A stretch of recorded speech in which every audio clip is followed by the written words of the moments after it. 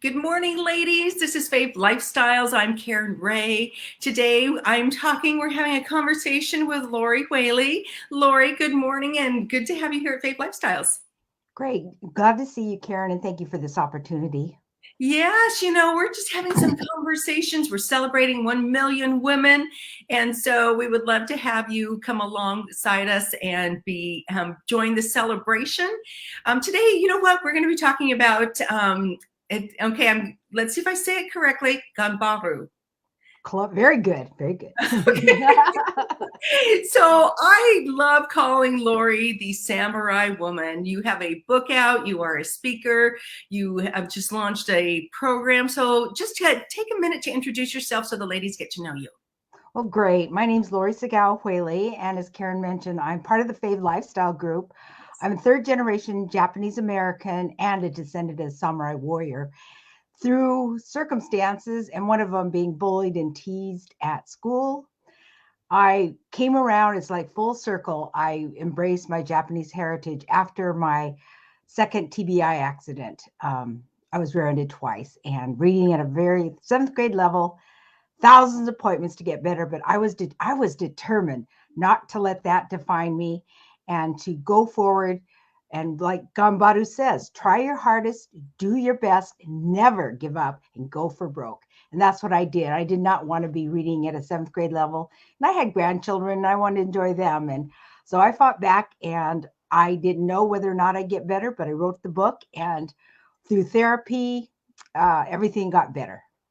That is amazing, that tenacity, that little bit of grit, and that hope of being able to move forward. I just love that because that's a lot about what our community is about helping women, serving, and just getting down, reaching deep down, because you know what? There's so many challenges that everybody has to go through. Yours was major, luckily a lot of people don't have to have that TBI, but to see how you came through it and to write a book, to be a speaker. Oh my gosh, Lori, that is so amazing. So, yeah, so let's talk a little bit. Let's talk a little bit more about Ganbaru. So tell us a little bit more, expand on your definition, if you will. Well, Ganbaru is, like I mentioned, try your hardest, do your best, never give up, and go for broke. And in my book, I wrote about the 7 principles of the samurai, which include courage, integrity, benevolence, respect, honesty, honor, and loyalty. But I just didn't feel my book was complete because I want my mom in the book. And so I wrote about my mom who never gave up. She would never let us give up. She'd never let us relax. And if we were in front of the television, she goes, "Oh, well, you can snap beans, or you can clean this drawer out, or you can do this." Never, never, Oh, never a dull yeah. moment, because we lived on a farm. We had a very busy life. And my mom was such an example. She just Oh, never gave up. And when we didn't have money, she didn't let us know that we didn't have money. And I didn't realize it until I went to school and saw other people and how they lived. But she never made us feel like she always wanted to give us whatever she could. And I remember her one time working past midnight to finish my Halloween costume when I was about in the 3rd grade. And she always tried her hardest and never gave up. And because of that, she started a nursery after after the mountain blew in May 1980, and her only sale for one day was one lonely geranium. And she wanted to give up, but she never let it give up. In the first year, the only day she took off was Thanksgiving, Christmas, and maybe 4th of July, and worked tirelessly every year, improving on the nursery. And it's still in existence today, over 40 years. And my brother now has taken over. So she's just wow. a living testament of never give up. She just never gave up and wouldn't let us give up. So that's how I approach traumatic brain injury. Is like, my mom was alive during that time, and I actually wrote this chapter about her. And Oh, she's such a just a beautiful woman. And she goes, "Oh, really? That's me?" And I go, "Yes, mother, that's you." oh, She never yes. saw the book, but at least she got to hear the chapter that I read to her when Oh, she was, during her last days. So that was really exciting. I'm sure she was very proud of you and honored to be in your book too. Like you said, that what a great testament, just to never give up.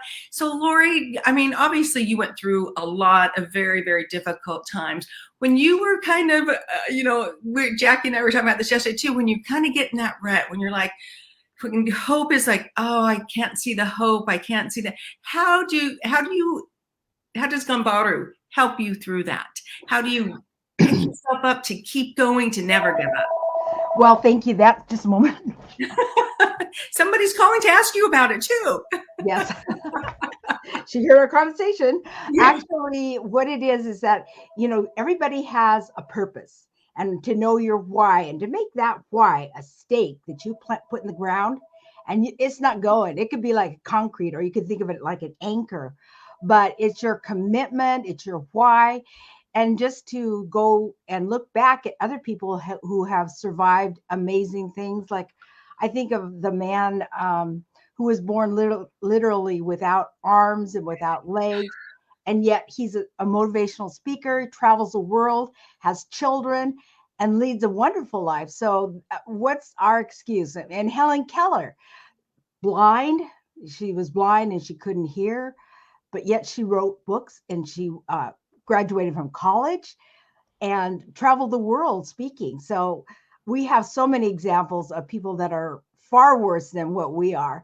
And I just look back to that, and the people that really inspired me were the second generation Japanese American.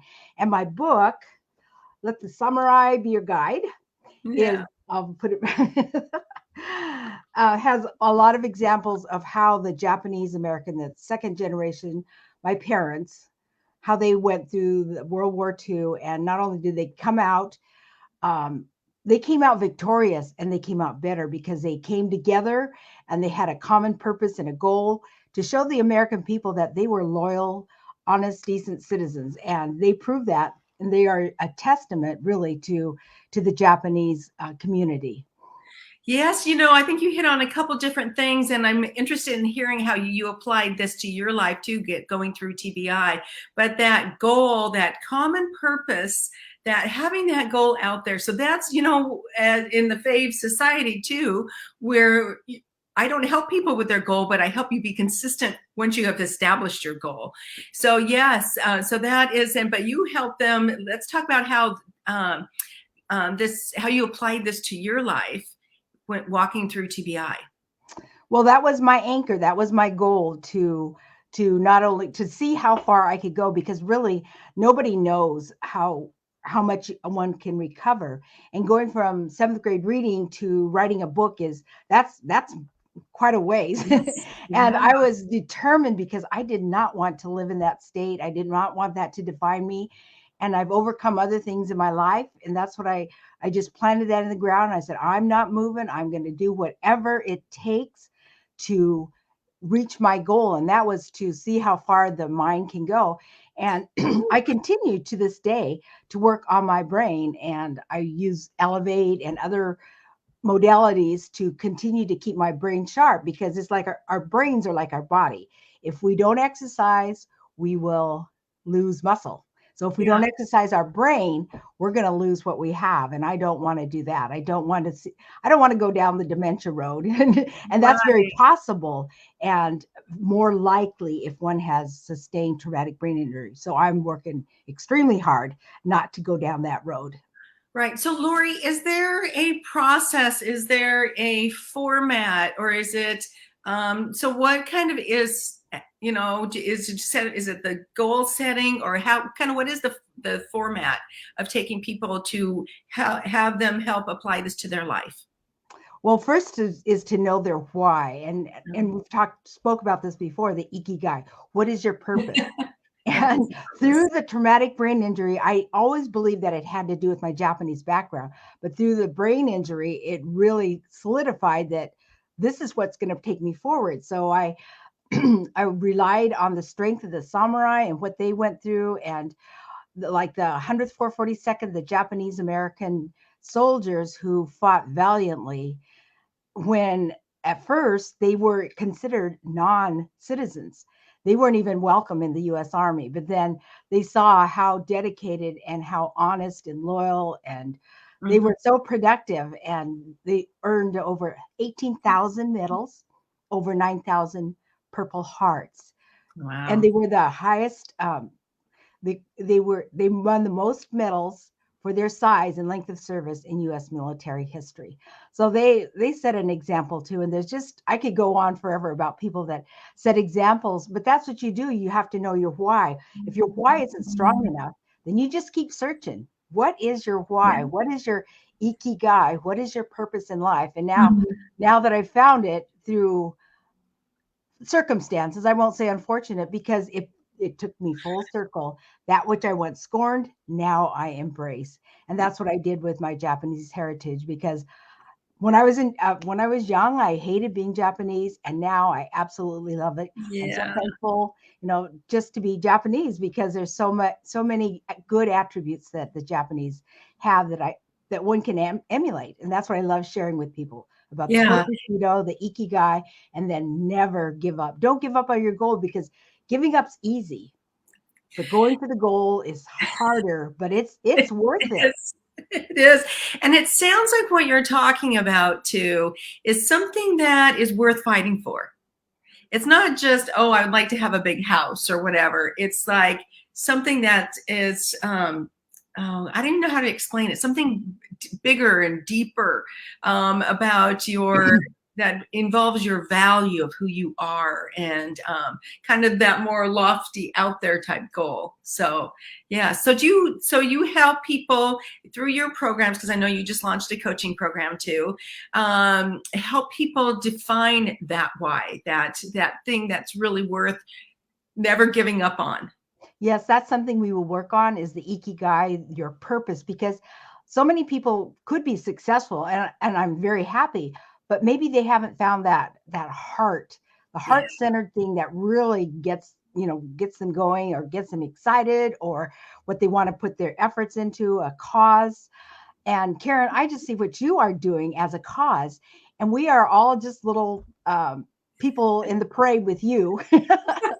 So I see us We're as a loving it. big, We're having a good time. yes, this is a big marching band, and there's room It for is. more. And your goal of 1 million women, that's very doable for what you are doing, because Oh, thank you. I applaud you, and I thank you. I really Yes, thank well, you, because Lori, I'm so glad that you were here because you have been through some major things. And just to give that hope to other people is so important. I think it's especially the time of life that we're in with a pandemic and all the changes and the things that are going on in the world, but also just what women are experiencing during really that 45 plus age, where they're going through so many life transitions.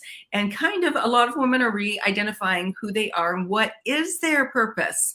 What is that new identity that sometimes, whether you're leaving corporate or changing jobs or starting businesses, empty nester, menopause, Mhm. so many things that sometimes I think women have to. And I love how you said it, that heart-centered purpose. I think that's really important that women find that. And I'm so glad that you're there to help them walk that walk. So yeah. Oh, there's a fake heart. So how can people apply Ganbaru to their lives?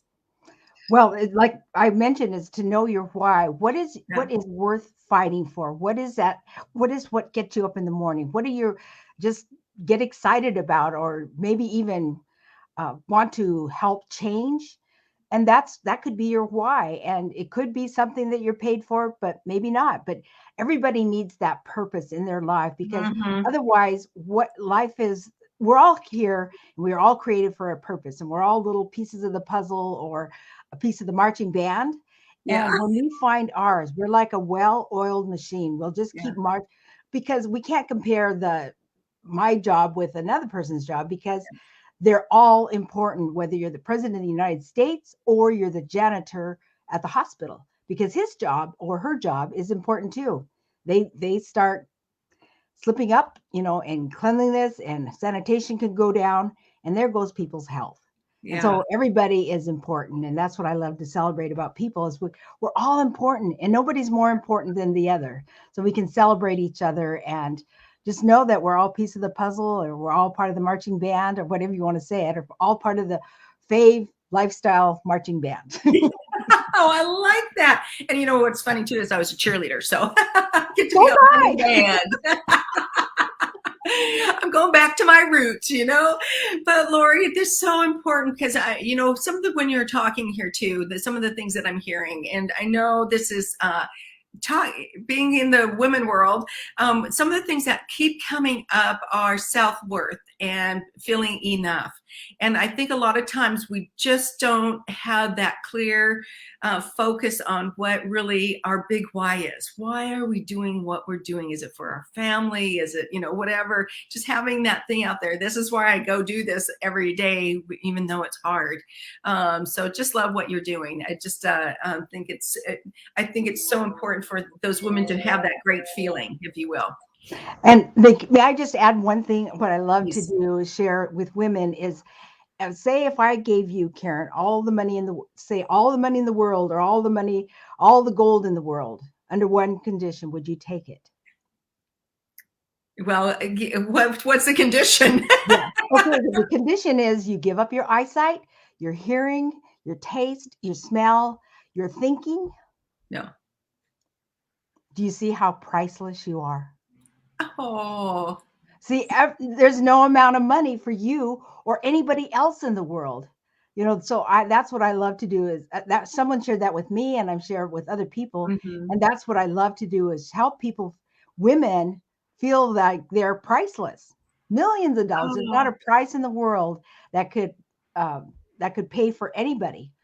So Lori, everybody is priceless. that is an amazing goal to help women feel priceless. Hmm. Yes. Oh my goodness. So great. So I'm so excited to see you grow. And I know you have some speaking opportunities that you're going to be speaking at and just at sharing your story. So it's an important story to share. So glad you're out there. Yes. So our last little question for today is why include Ganbaru in your samurai coaching? Oh, that's a great question, because once a person knows their why, or what their what they stand for, and then they have choose or select one or more of the principles that they'd say, I'm not moving. I'm going to be courageous, and I'll never back down, or I'll be honest, whether it means giving a dime back to the cashier, or just little things here and there, that a person can do that are not quite honest. They find that's great. But what happens if they give up? What happens if they say, well, this just isn't worth it? I'm tired of this, and Mm-hmm. I'm getting nowhere. So if you person gives up, then it's gone, or temporarily gone. So that's what I'm hoping, that people will not give up on their goals no matter what. It doesn't matter if it takes you the rest of your life. It doesn't matter. It's just going towards the goal that's so important. Like football players, if they just kind of stop in the middle of the field, they won't get the goal, and they won't make the touchdown. Or Thomas Edison, if he had quit after thousands of appointments, experiments, if he had quit before he actually made the light bulb, he wouldn't have. Someone else would have invented it. Yeah. And the Colonel used his Social Security to sell his Kentucky Fried Chicken recipe, and he went through probably hundreds of rejections until he found his thing. And now he's all over the world. He's in Japan. I've seen him there. Yes. Yes. Yes, I've seen it all over too. Oh my goodness. So I'm actually really glad we had this conversation this morning because I feel pumped up. I was actually had this I was on the lower ramp, if you will. We hit those spots. So that's why it's so good to have somebody like you who's coaching, who can help us and remind us to what that why is, first to discover it, to help us, keep it in our lives and encourage us to take those steps forward. So, Lori, so great. What a great little chat and conversation today. I'm so glad that you could join me. And I just really encourage you, ladies, if you are in that space where you need to really clarify your why, reach out to Lori. let's see what we can do in the world here. And then once you get that all figured out, come on over and we'll celebrate you at Fave Lifestyles. So we're That's a celebrating great 1 million plan. women. So yes. So my why is going to take me to probably to the end of my life. So I picked a big why. But I get to, have lots of ladies come and chat with us. So Lori, thank you for coming and joining us today. And you know what, ladies, just go have an exceptional day. Have a lovely Friday, and we will chat with you soon. Bye now. Bye-bye.